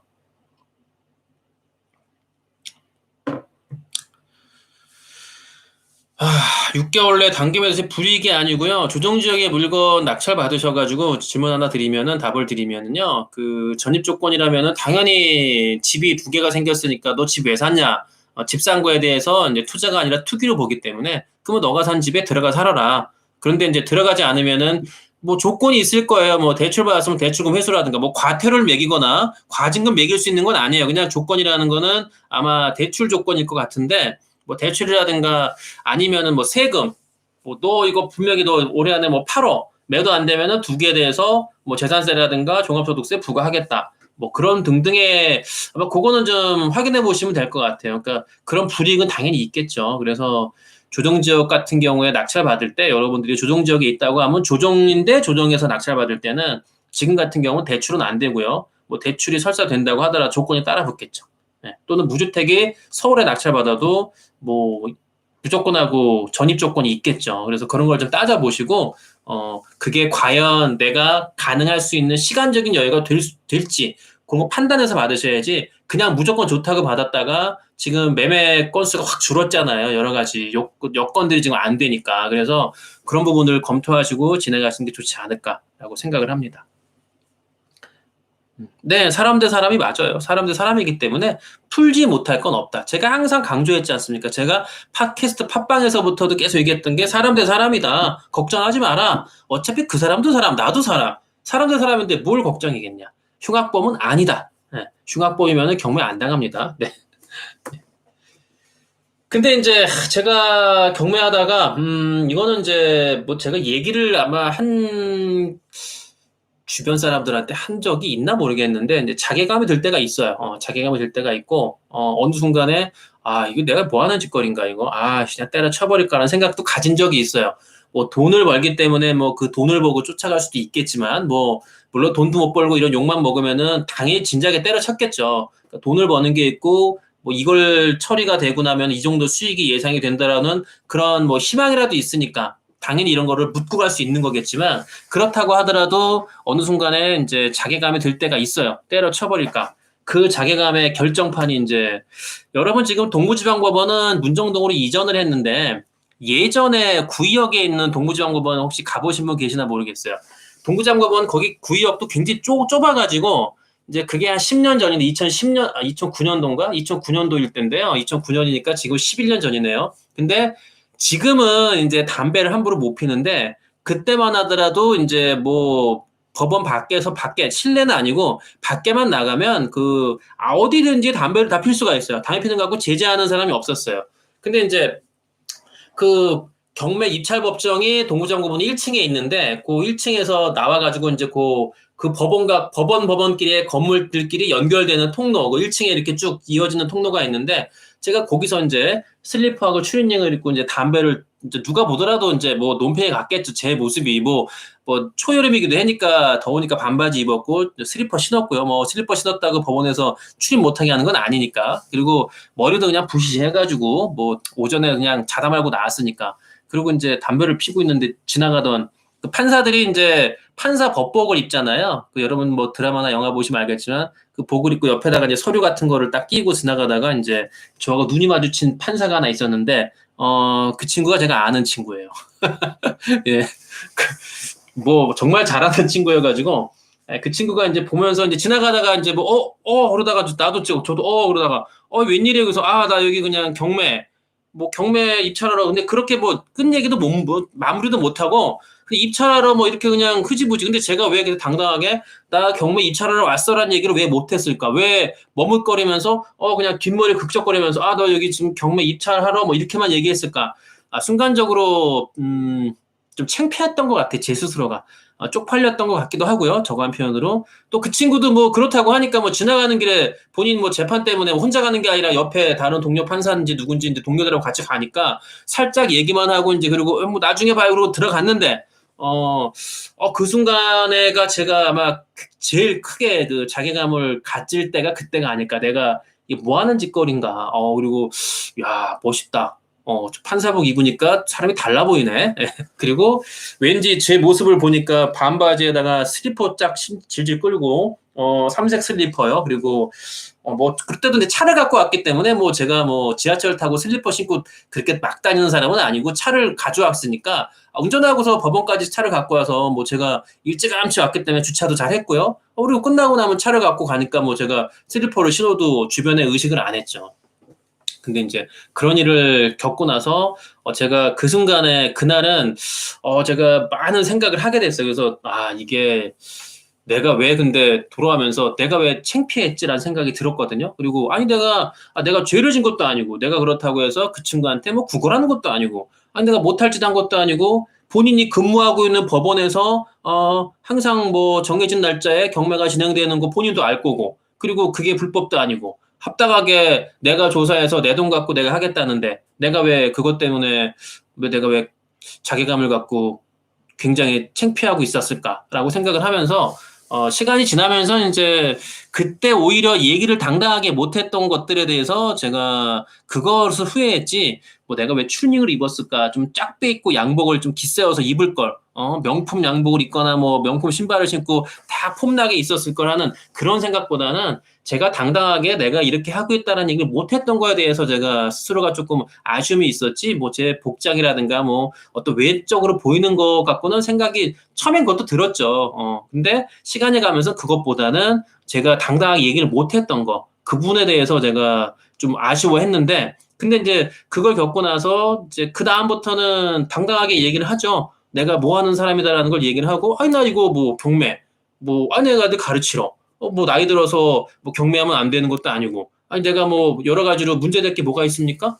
창피할 게 없는 거죠. 그래서 저는 여러분들한테도 제가 이 말씀을 드리는 게 어떤 외적으로 보이는 걸로 인해서 여러분들이 주눅 들거나 그럴 필요도 없다는 건 당연한 얘기고요. 그리고 여러분들이 경매하는 거에 있어서 여러분들 스스로가 내가 큰 죄를 짓고 하는 게 아니잖아요. 합법적으로 국가에서 하라고 장려하는 거 아니야. 아니 이게 문제가 있는 거면은 공개도 하지 말아야죠. 은밀하게 진행을 해야죠. 왜 공개를 할 때 공개를 다 하고 다 알려주고 그리고 금액까지 감정평가까지 해서 세세하게 누구 살고 있다는 것까지 다 알려주고 어디 은행에서 누구한테 대출 받아갖고 밀렸다는 거 미납됐다는 체납번호 다 알려주고 어디 세무서에 세금 체납된 거 다 알려주고 정보를 다 주고 이거 다 아니까 입찰하세요라고 공개적으로 알려주는데 아니 그거에서 여러분들이 거기에 직접 참여해서 받든 못 받든 진행하는 거에 있어서 무슨 문제가 있느냐라고 생각을 했을 때 저는 여러분들이 전혀 주변 사람들의 시선이나 이런 거는 의식할 필요가 없다. 당당하게 나가시면 된다라는 말씀을 드리고자 제가 이때 얘기가 이제 떠올라가지고 제가 이제 이걸 얘기를 드려야 되겠다라고 생각을 했어요. 근데 이제 다시 이제 제가 오늘 그 썸네일 두 번째 중에 어깨가 으쓱한 경우는 뭐가 있었냐 하면은 이제 시간이 흘러서 이제 오늘까지 왔잖아요. 제가 벌써 2020년 경매를 시작한 지 20년이 훨씬 넘었는데 그러는 중간에 저는 이제 혼자 소위 말해서 독고다이라고 하죠. 혼자서만 경매를 했는데 중요한 거는 이제 그러면서 하다가 팟빵이라는 걸 하게 되면서 다른 사람들한테 경매라는 걸 알려주고 그러다가 유튜브를 하게 되고 유튜브를 하면서 이제 결국에는 이렇게 실시간 생방송이라는 것까지도 제가 할 수 있다는 거에 대해서 저는 야, 이 경매라는 거 하나를 갖고 다른 것보다 많은 사람들한테 이렇게 알려줄 수 있다는 거에 대해서 제 스스로가 대견하게 생각을 하는 거고요. 그리고 여러분들도 뭐 제가 이게 뭐 채팅에서도 또는 실시간에서도 말씀을 드리지만 뭐 또는 일반적인 제가 편집한 유튜브 영상에서도 말씀을 드리고 또는 홍티 경매로 직접 찾아오시는 우리 스터디 회원들한테도 말씀을 드리지만 이제 저한테 조언을 구하는 사람들이 많아졌다. 제 주변에 어떤 부동산 사건에 있어서 저한테 조언을 구하는 변호사도 꽤 여럿 있고요. 간평사도 있고요. 또는 세무사도 있고요. 건축사도 있고요. 그러니까 그분들의 전문 분야가 아닌 어떤 경매 사건에 관해서 저한테 물어보는 사람들이 꽤 많아요. 그래서 제가 내가 이런 전문가 집단한테도 조언을 해줄 수 있고 그건 이렇게 하니까 이렇게 진행하면 돼. 라고 얘기할 수 있는 거거든요. 우리 김 변호사도 어떤 부동산 사건에 있어서 저한테 물어보는 것도 있어요. 형님 이거 이렇게 하는 게 맞아요? 그렇게 하는 게 맞아. 김 변호사가 사법시험을 합격한 변호사긴 하지만 어떤 경매 사건에 있어서는 이제 제가 김 변호사보다 아는 부분이 있을 때 그 친구도 과감하게 저한테 형님 이거 뭐야 물어보는 거죠. 저도 마찬가지로 야 너도 모르는 게 있어 그게 아니라 이 친구가 모르는 걸 저도 답해줄 수 있다는 거에 대해서 저도 내가 경매라는 걸 하나를 갖고서도 많은 사람들한테 이렇게 도움을 주고 조언도 할 수 있는 그런 위치까지 왔다는 거에 제 스스로가 대견해하면서 그렇지 내가 예전에 창피하고 했던 거는 의미가 없다. 그리고 그때 왜 그랬을까라고 제가 좀 후회를 하지만 아쉬움이 남지만 어찌됐든 시간이 흘러서 저도 많은 사람들한테 이렇게 알려줄 수 있다는 거에 대해서 제 스스로가 대견해하고 있다는 거를 제가 말씀을 드리려고 하는 거죠. 네. 자, 그리고 궁금한 거 있으면은 채팅창에서 물어보시고요. 물어보시면은 제가 이렇게 앞에서 보고 있으니까 보면서 제가 설명을 해드리도록 할게요. 잠깐만요. 너무 열흘 낼 때 더워가지고 잠깐 에어컨 좀 틀고요. 네.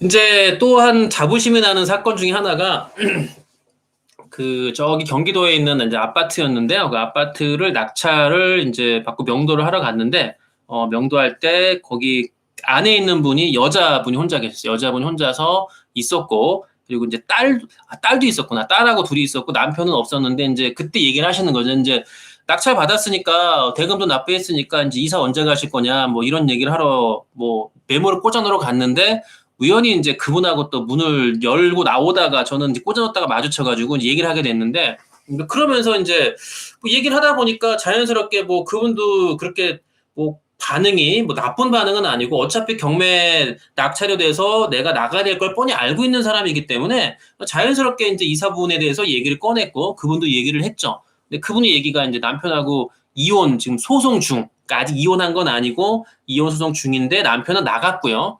바람나서 나갔다고 나중에 이제 알았는데 그때는 몰랐지만 남편하고 이혼 소송 중이고 남편 나갔고 채무는 이제 집은 2분의 1, 2분의 1, 부인도 반, 남편 반인데 남편 채무 때문에 집이 같이 통째로 넘어가서 일단은 그 배당금의 절반만 채무 변제를 하고 남편 거는 변제가 되고 자기 거는 이제 배당을 받을 수 있어요. 그래서 자기도 배당을 받으면 배당 받은 거하고 자기가 지금 모아놓은 돈하고 해서 어차피 아이 학교 때문에 멀리는 못 가고 요 근처에 살 수밖에 없다.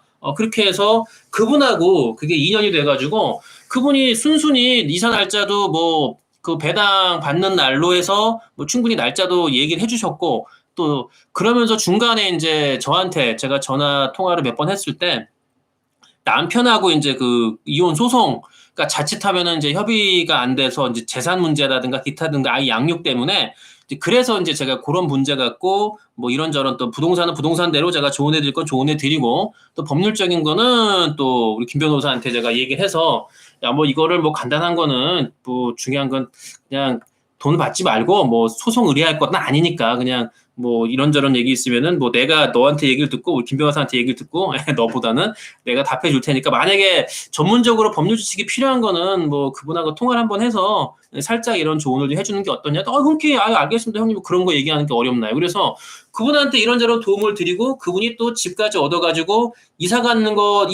그날 이사 집 점유를 빼는 날 그 구한 집으로 또 이사를 가니까 저는 이제 그때 가가지고 그분 이사 가는 집도 가서 또 그분 여기로 이사하셨구나라고 얘기해서 지금까지 그분하고 연락을 지내서 만나요. 그래서 그분은 지금 이제 딴 데서 일을 잘하고 이제 열심히 살고 계시는데 저는 그래서 이렇게 명도를 직접 나는 낙찰자 그 사람은 이제 쫓겨나는 사람 전 소유자 이런 관계로다가도 만나서 그분이 또 이런저런 솔직하게 이런 상황을 얘기했을 때 제가 도와드려서 지금까지도 이렇게 연락을 하면서 뭐 지낼 수 있는 사이가 됐다라는 거예요. 저는 꼭 굳이 낙찰자 그 안에 살고 있는 점유자가 무슨 꼭 서로 악감정이 있어가지고 뭐 반목하는 사이가 아니라 그 둘 사이에서도 서로 간에 좋은 일로 뭐 다 뭐 좋게 할 수는 없겠지만 이렇게 저처럼 관계가 형성이 돼서 갈 수 있지 않을까. 이분은 이제 그 분양 관련 일을 하기 때문에 이제 그분도 부동산 일이니까 이제 이런저런 해갖고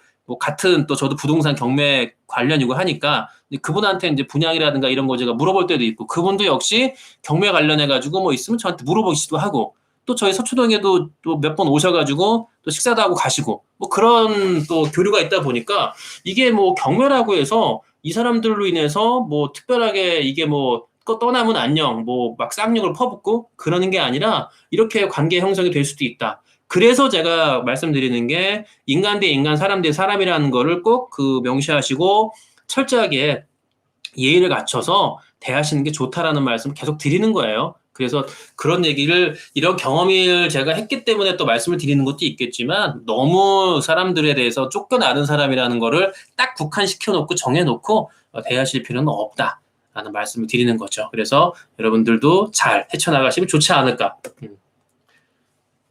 그리고 요거는 이제 또 집행을 직접 했는데요. 여기도 짐이 많아갖고 뭐 엄청나게 그 이제 집행비가 많이 들었는데, 요거는 이제 제가 낙찰받은 건 아니고, 이제 저희 이제 고객분이 낙찰을 받으셔가지고 결국에는 협의가 안 됐죠. 근데 협의할 때 그 협의를 모두 그 명도를 제가 맡아서 했기 때문에 제가 계속 통화를 하고 진행을 하고 뭐 집행 나갑니다. 언제 이사 가시고 이런 얘기를 제가 도맡아 했는데 결국에는 이분도 어쩔 수 없이 집행을 하게 될 수밖에 없었어요. 그래서 집행을 당했고 그리고 나서 집행하고 나서 한 달인가 있다가 누가 서초동 벙커로 찾아오셔가지고 저는 뭐 다 알려졌잖아요. 이제 그때는 지금처럼 유튜브 하기 전이어서 그때는 팟빵 2017년도인가 18년 초인가 그래가지고 그때 유튜브 하기 전이라 이제 제가 이제 팟캐스트 팟빵에서만 방송을 했고 이제 물론 이제 저를 네이버나 이런 데 치면은 뭐 체스트 옥션 홍티 뭐 이렇게 나오니까 제 이름이 나오니까 제 전화번호도 나오고 하니까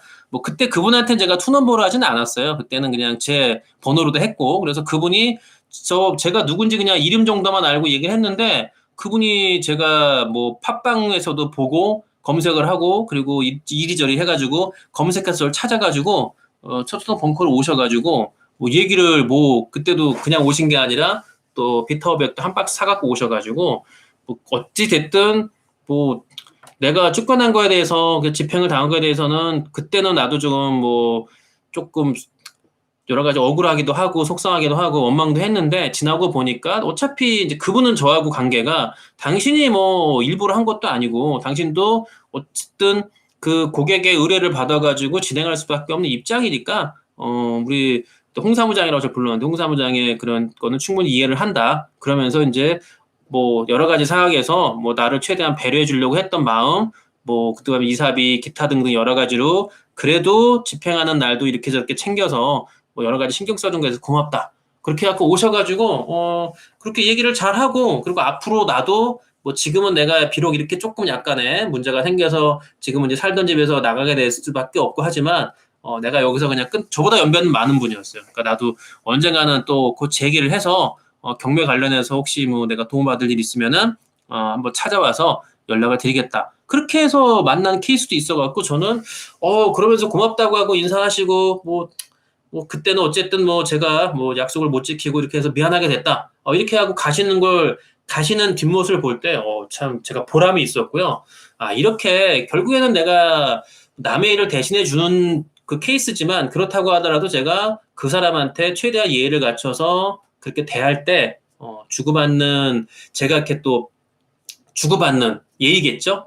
그럴 때 그분도 나중에 지나고 나서 이렇게 찾아와서 뭐 이런저런 얘기를 하시고 과정을 얘기하시면서 이렇게 했던 경험을 비춰볼 때 여러분들도 이런 것들을 제가 말씀드리는 걸 잘 참고하셔갖고 여러분들이 앞으로 헤쳐나가는 경매 사건에 있어서 잘 해나가시면 되지 않을까라고 생각을 하는 겁니다. 여기서 질문 하나 받으면은요, 네, 5억의 1순위 저당권을, 이건 이제 MPL 채권 관련한 건데요, 무조건 채권 최고액까지 배당 채권 최고액 이상으로 이자는 받을 수가 없고요. 근저당 채권 최고액까지 지연 이자를 거기까지 꽉꽉 채워서 받을 수 있는데 그게 만약에 5억이라면은 5억 채권 최고액까지 찰 수도 있고 안 찰 수도 있는데 그거는 이제 애초에 설정한 계약서라든가 지연 이자 기타 등등을 따져보기 때문에 그런 것들은 조금 디테일한 부분이라 그 부분에 대해서는 제가 추석 지나고 MPL 스터디를 하게 되니까 그때 제가 스터디에서 말씀을 드리거나 아니면은 이자계산법을 제가 조금 더 제가 지금 이제 진행하는 것도 있으니까 그런 서류를 이제 받으면 제가 뭐 남의 것 갖고 얘기하는 거 의미가 없고요. 제가 요번에 이제 그 10억짜리 근저당 채권을 이제 계약을 했고요. 이제 다음 주에 추석 연휴 끝나면은 정식으로 제가 홍티경매로 받아올 건데 그때 그 계산을 해가지고 그 내역을 한번 여러분들한테 설명을 좀 드리는 시간을 갖도록 할게요. 예. 그래서 지금 뭐 얘기만 들어갖고 이게 이자가 어느 정도가 될지 그냥 무조건 채권 최고액까지 받을 수가 있는데 그렇다고 다 받을 수 있지만 못 받을 수도 있다는 걸 말씀을 드리는 거예요. 네. 제가 이제 항상 자부심 갖고 있는 거는 우리 홍티경매를 거쳐간 많은 회원들이 계시니까 예, 그분들께서 뭐 도움 받았다고 해서 뭐 중간에 뭐 뒷타워백이나 바깥 사 갖고 들리시는 분도 계시고 뭘 또 커피를 보내주시는 분도 계시고 뭐 문자 보내시는 분도 있고 전화하시는 분도 있고 어찌됐든 많은 분들이 도움받아서 고맙다 이런 뭐 어려울 때 결정적일 때 이렇게 조언해줘서 고맙다라고 저한테 연락을 해오는 분들이 많을 때 저는 그분들을 보면서 어깨가 좀 으쓱해지면서 자부심을 갖게 되는 거죠. 많은 사람들이 뭐 저를 그렇다고 뭐 띄워주기 때문에 제가 기분 좋아서 있는 게 아니라 그분들이 저를 통해서 도움을 받았다고 해서 도움받은 거에 대해서 얘기를 하시는 거 제가 듣고 그렇구나. 내가 이렇게 도움을 줄 수 있는 위치가 됐다는 거에 뭐 제가 스스로가 대견하게 생각을 하고 있는 거죠. 중요한 거는 스터디가 지금 홍티경매 스터디에서 뭐 제가 정확하게 인원은 안 세봤지만 한 1200명쯤 되지 않았을까? 한 개수당 보통 적게는 뭐 열 몇 명, 많게는 3, 40명, 한 30명이 넘었으니까 지금 벌써 40 몇 개까지 갔으니까 한 1000명은 넘어요. 근데 이제 뭐 그중에서 개인적으로 하시는 분들까지 다 치면은 한 1200명쯤 제가 보는데 이 많은 분들을 제가 어쨌든 인도해 드렸기 때문에 그 인도해 준 거에 대한 제가 자부심을 가지고 있는 거죠. 그러니까 여러분들도 그 중에 한 분이시죠. 오늘 또 우리 홍티경매 또 우리 유튜브를 또 구독해 주시는 뭐 만 몇천 분 마찬가지고 이렇게 제가 항상 방송할 때마다 오셔가지고 또 응원해 주시는 분들 또 질문하시는 분들도 뭐 저한테 10개를 제가 얘기했다고 하더라도 오늘도 그래요. 제가 오늘 1시간 정도 얘기를 했지만 1시간 여러분들한테 말씀드린 거에서 하나만 여러분들이 건져서 그 하나를 여러분들이 필요해서 쓸 수만 있다면 저는 충분히 제 역할을 다 했다라고 생각을 하거든요. 그리고 제가 또 자신 있게 말씀을 드리는 게 뭐 제가 유튜브에서 출연한 사람들도 있지만 뭐 오원장도 있고 저기 뚝섬역의 준정형외과 오원장도 있고 그다음에 또 어디냐 뭐 기타 등등 뭐 몇 분 전문가분들도 계시긴 하지만 우리 멘트맨 홍티경매 회원분들 중에서 이제 전문가 집단이 좀 많아요. 그래서 저는 그 부분에 대해서 항상 자부심을 갖고 있는 거고요. 또 이분들이 뭐 그렇다고 해서 이분들만 무조건 뭐 다 좋다라는 게 아니라 뭐 많은 분들이 계시지만 뭐 그래도 다른 유튜브 최근에 우리 그저께구나. 어저께 이제 연휴 시작되는 날 또 제가 상담을 해서 상담하시는 또 상담하러 어이구 서춘호까지 오셔가지고 이제 상담을 받으시고 그리고 이제 가신 분이 있는데 이제 그분도 마찬가지 저희 이제 우리 회원으로 가입하셨는데 그분이 외국에서 불과 한 우리나라에 오신 지 얼마 안 되는데 외국에서 해외에서 유튜브를 보시면서 이제 경매 유튜브를 딱 보셨대요. 다 보셨는데 그중에서 이제 저를 꼭 지목해서 내가 한국에 가면은 내가 이 홍티라는 사람을 꼭 만나서 이분한테 내가 배워야 되겠다라고 하는 분의 얘기를 듣고 참 제가 감사하고요. 감사한 말씀을 드리는 거고 그리고 우리 홍티 경매에 있는 많은 그 분들이 계시기 때문에 제가 있는 거라고 생각해서 제가 뭐 거두절미 다 이런 거 다 빼고요. 핵심적인 것들만 제가 알려드리려고 하는 거고 너무 뭐 그 여러분들한테 뭐 낚는 것들 무조건 뭐 할 수 있다 이런 얘기를 드리지 않고 제가 실제적인 것들을 드리는 목적이 바로 이것 때문이에요. 네. 그거를 알아주시면 될 것 같고요. 그래서 제가 항상 자신 있게 생각하는 것 중에 하나가 이제 스스로가 맨날 물건 분석, 조사, 낙찰과 명도에 여러분들이 어렵고 힘들 때 제가 막힘을 뚫어주는 거. 그러니까 실제적인 것들을 제가 드릴 수 있다는 거에서 홍티 경매가 글쎄 뭐 다른 분들 잘하시는 분들 계시겠죠. 그런데 개중에 뭐 그 중에서 저는 제 오랜 경험을 비춰서 그 경험을 바탕으로 해서 여러분들의 어떤 사례 하나하나에 제가 조언을 해드릴 수 있고 또 여러분들의 가이드를 해줄 수 있다는 가이드를 이렇게 해드릴 수 있다는 거에 대해서 제가 감사한 마음과 또 여러분들이 그런 것들을 물어보는 거에 제가 또 답을 해줄 수 있는 그런 경험이 있다는 거 그거에 저도 역시 항상 감사한 마음을 가지고 있는 거고요. 여러분들이 또 찾아주시니까 저도 또 더 열심히 하는 거고 이렇게 또 휴일인데도 불구하고 뭐 제가 이렇게 방송한다 그래서 또 이렇게 보시고 그리고 또 우리 홍티 경매 카페에 오셔가지고 또 많은 글도 남겨주시는 거에 대해서 제가 항상 감사하죠. 홍티 경매 카페에 오시면은 경매 Q&A 제가 지금 뭐 2,000개가 넘어요. 제가 세보니까 2,000개 질문이 넘고요. 그래서 그 많은 질문들 중에서 여러분들이 정말 궁금해하고 필요한 것들이 다 들어있다고 저는 생각하거든요. 그래서 홍티 경매 카페, 네이버 카페 가입하셔가지고 그 Q&A에다가 뭐 이것저것 질문하시면 뭐 저만 다는 게 아니라 경험했던 다른 회원들도 달기도 하고요. 또 저도 달기도 하니까 특별하게 필요한 부분은 제가 꼭 달아드리고 가급적이면 핵심적인 걸 알려드리려고 하는 거고 뭐 너무 민감하거나 또는 뭐 이거 대답이 크게 필요한 것들은 제가 어려움이 있어서 뭐 못 단 것도 있죠. 좀 약간 추상적으로 단 것도 있는데 근데 뭐 저는 마찬가지예요. 그러니까 제가 경험하고 아는 거는 분명하게 답을 드리지만 제가 이거는 조금 이거를 이렇게 대답해드려도 될까? 약간의 물음표가 가는 거에 있어서 저는 똑같이 물음표를 달죠. 아니 제가 분명하게 알지도 못하는 거를 이거 이렇게 하세요라고 얘기하는 것 자체가 저는 그 만용이라고 생각하거든요. 지가 알지도 못하면서 댓글에 된다고 달 수 있나? 저는 그렇게 생각하기 때문에 제가 아는 부분에 있어서는 얘기를 드리는 거지 없는 거는 제가 말씀을 못 드리기 때문에 그런 부분은 뭐 약간 아쉬움이 있지만 그러나 2,000개 이상에 되는 질문에서 제가 아마 물음표를 달고 추상적으로 단 댓글은 아마 그런 답은 몇 개 없을 거예요. 그러니까 여러분들이 물어보는 게 사실 비슷한 것들이 되게 많거든요. 그래서 약간의 그 차이가 좀 있을 뿐이지 결론적으로는 뭐 큰 틀에서는 그 비슷한 댓글 물어보시는 질문이기 때문에 꼭 그 Q&A에 가셔가지고 이게 물론 질문들하고 내용하고 좀 다른 것들이 많아서 좀 찾아보는 것에 좀 귀찮을 수도 있고 좀 애로사항이 있겠는데 그래도 좀 그 웬만하면은 질문하고 또 댓글에 달린 것들 보시면 얼추 그냥 여러분 찾기는 어려움이 없으니까 좀 시간이 되면 제가 그 질문들 2,000개 올린 거를 세분화를 시켜서 구분을 좀 해놓으려고 그래요. 그러니까 지금은 엄두가 안 나서 못하는 거고 이제 좀 시간이 가면서 그런 것들을 구분할 수 있는 이제 좀 직원이 있으면 그거만 딱 추려가지고 이렇게 세분화 시켜서 여러분들이 쉽게 궁금한 거에 대해서 찾아볼 수 있게끔 제가 그것도 만들어 드리려고 하기 때문에 지금은 뭐 지나간 거 보려면은 계속 2,000개가 넘으니까 이게 정말 힘들어요. 그래서 그분에 대해서도 여러분들한테 좀 실제적인 도움이 될 수 있게 제가 만들어 드리려고 하니까 여러분들 앞으로 계속 지켜봐 주시면 발전하잖아요. 여러분들 제 유튜브 아이고 이게 끝이구나. 끝이네요. 네. 끝이었구나 이게. 예. 그래서 제가 여러분들한테 말씀을 드리는 것 중에 하나가 뭐 무슨 얘기 하려다 까먹었다. 예. 제가 유튜브 처음 할 때 작년 아마 3월 초인가 아마 지금 1년 6개월 전에 제가 시작을 했는데 제가 초창기 유튜브 한 거를 여러분 가만히 보시면 지금보다도 좀 더 약간 더 어색하고 당연히 어색하죠. 그리고 뭔가 모르게 뭐 더 지금보다 부족한 게 많이 보여요. 근데 그때 1년 반 전에 영상하고 지금하고 비교해 볼 때 얼마나 많이 이게 성장했습니까? 크게 성장했다고 저는 생각하거든요. 엄청나게 많이 컸다고 저는 보고요.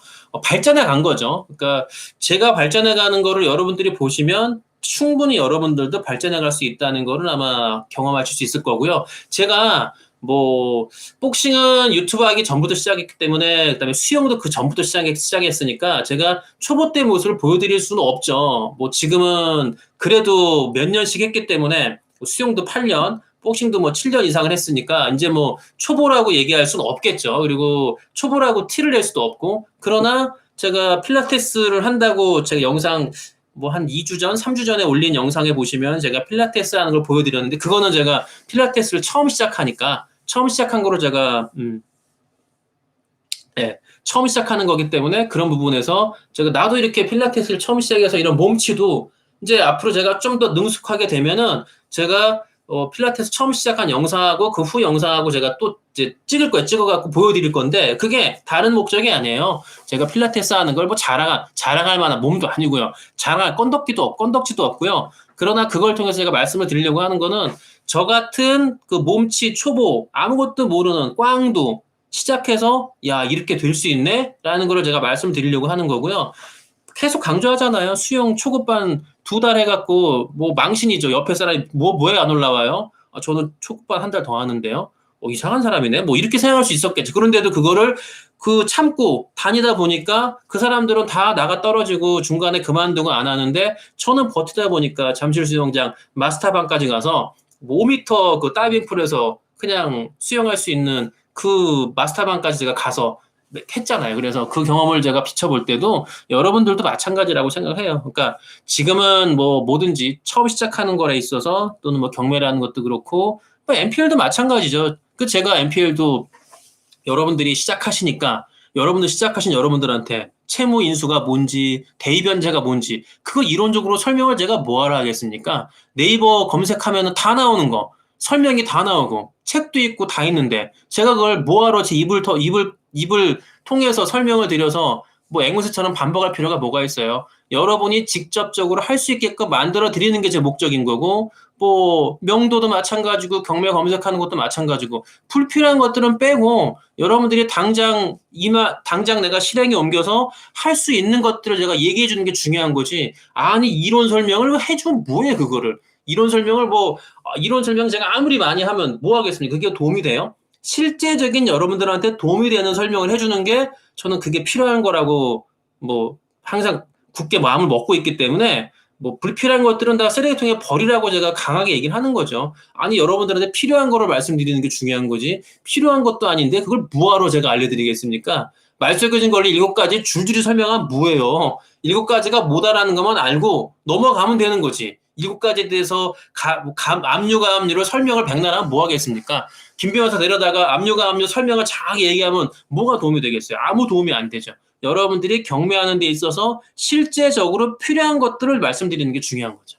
그 얘기가 제가 항상 강조하는 거기 때문에, 여러분들한테 필요한 것들, 꼭 필요한 것만, 불필요한 것들 필요 없고요. 우리는 경매를 통해서 수익을 올리는 게 일단 첫째 목적이고요. 올리는 과정에서 불미스러운 일이 안 생기고 원활하게 이루어지고 원활하게 나아가서 하나 둘 나아갈 수 있게끔 제가 인도해 드리는 게 목적이지, 아니 뭐 내 잘났다고 설명 장황하게 하고 뭐 그게 무슨 의미가 있겠습니까? 필요가 없는 거죠. 그래서 이제 앞으로 더 우리 스터디도 그렇고요, 유튜브도 그렇고 실제적인 것들만 찝어서 말씀을 드릴 거고, 실제 제가 뭐 MPL도 그렇고 기타 등등, 아니면 뭐 우리 회원들이 낙찰받은 걸 제가 설명드리는 것도, 소개하는 것도 진짜 낙찰받은 거, 낙찰받고 올랐네? 뭐 그런 것들을 제가 가서 찍고서 있는 그대로 보여드리고, 이런 것도 있구나라고 말씀을 드리는 거지, 여러분 요즘 분위기가 좋다는데 한번 해보실래요? 요즘 분위기가 이렇다는데 괜찮은 것 같아요. 여기를 찍어드릴게요.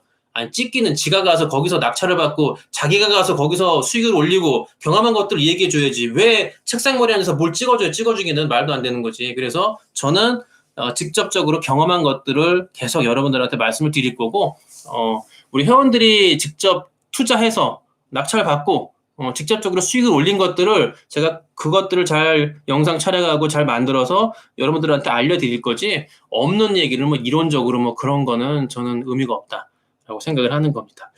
아이고, 오늘 또 제가 뭐 마지막에 또 이런저런 또 잔소리 겸 또 떠들다 보니까, 네, 질문은 또 하나 좀 받아보도록 할게요. 배당 못 받는 후순위 채권자들은 그쵸. 예. 맞죠? 예. 빚을 안 갚고는, 못 죽어요. 우리 대한민국에서는 내가 빚을 졌으면 그게 경매로 배당이 되는데 못 받은 채권자들 있잖아요. 그러면 내가 앞으로 재산을 갖게 되면 그 재산에 이 사람들이 또 압류를 걸거나 가압류를 걸거나 해서 내 재산에, 그 재산권을 행사할 수 있는 거지. 그분들이 못 받은 채권에 대해서. 그래서 빚을 갚기 전에는, 내 이름으로는, 이런 한 푼도 재산을 가질 수가 없어요. 그런 구조기 때문에, 빚지면은 안 되죠. 다 갚아야죠. 그래서 못 받은 채권자들은 뭐 민사적이니까 형사 책임은 물을 수가 없지만 이 사람이 재산을 뭐 자기 이름으로 뭘 가졌다 그러면은 불이 나게 달려가서 그 사람 재산에 압류를 해서 받을 수 있는 권한은 있는 거죠. 그거는 사라지지가 않아요. 네. 그 말씀을 하셨네요. 네. 아유, 뭐 멋지긴요, 뭐 멋진 거보다는요, 여러분들한테 실제적인, 감사합니다. 감사하시고요. 여러분들한테 실제적인 도움을 드릴 수 있는 것들을 제가 앞으로 계속 노력하고 방법을 연구해서 알려드리도록 하고요. 뭐, 말씀드렸잖아요. 여러분이 잘 되는 것이, 제가 잘 되는 거라는 걸 저는 알아요. 그래서 뭐, 어떻게 보면은 제가 뭐 조금 더 멀리 본다고 저는 생각을 합니다. 눈앞에 보이는 것뿐만 아니라 많은 분들이 저희 홍티 경매를 오실 때 중요한 거는 제일 좋고 혜택을 제일 많이 받는 사람은 저라는 걸 제가 뻔히 알죠. 그거를 제가 부인하고서, 저는 여러분들한테만 위해서, 여러분들을 위해서 제가 말도 그 정치인을 하는 얘기고요. 저는 정치인도 아니기 때문에 여러분들이 많아지면 가장 혜택을 받는 사람은 수혜자는 저라는 걸 제가 알고 있기 때문에 뭐 그래서 열심히 하는 것도 없잖아. 있다는 걸 제가 부인할 수 없겠죠. 그러나 그렇다고 하더라도 제가 없는 것들을 또 과자에 포장해 갖고 말씀드리는 건 아니다. 앞으로 있는 그대로 말씀을 드리고 여러분들과 함께 수익의 길로 나아갈 수 있는 거를 제시해 드리고 함께 하겠다는 말씀을 마지막으로 드리면서 오늘 이제 실시간 방송 여기서 마치고요. 내일은 이제 저도 쉬고요. 토요일 날 이제 그 우리 노래 부르는 성악하는 우리 이상훈 그 테너 친구가 올 텐데 이 친구한테 아직 얘기를 안 했는데 뭐 제 동생이기도 하니까 뭐 제가 하라고 하면 해야죠. 뭐 본인이 뭐 별 수 있나 하라면 해야지. 그래서 이 친구를 데려다가 그날 또 토요일 날 만나니까 벙커에서 이 친구한테 홍티송 노래도 시키면서 제가 노래 한번 하는 그런 시간을 둘이 같이도 하고 저도 노래 한번 하는 그런 시간을 가질 텐데 아마 시간은 뭐 저녁 시간은 한 낮 시간?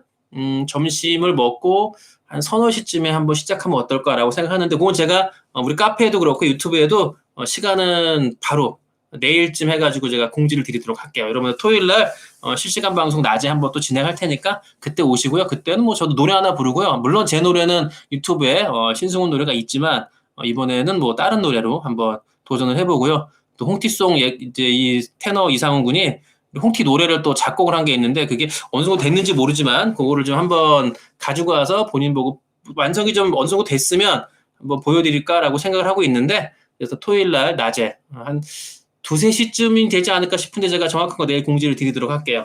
여러분 오늘 감사하고요. 또 앞으로 홍티 실시간은 이제 오늘이 8인데 앞으로 또 계속 될 거고요. 여러분들한테 도움이 될 수 있는 실제적인 홍티 경매가 될 수 있게 나아가도록 하겠습니다.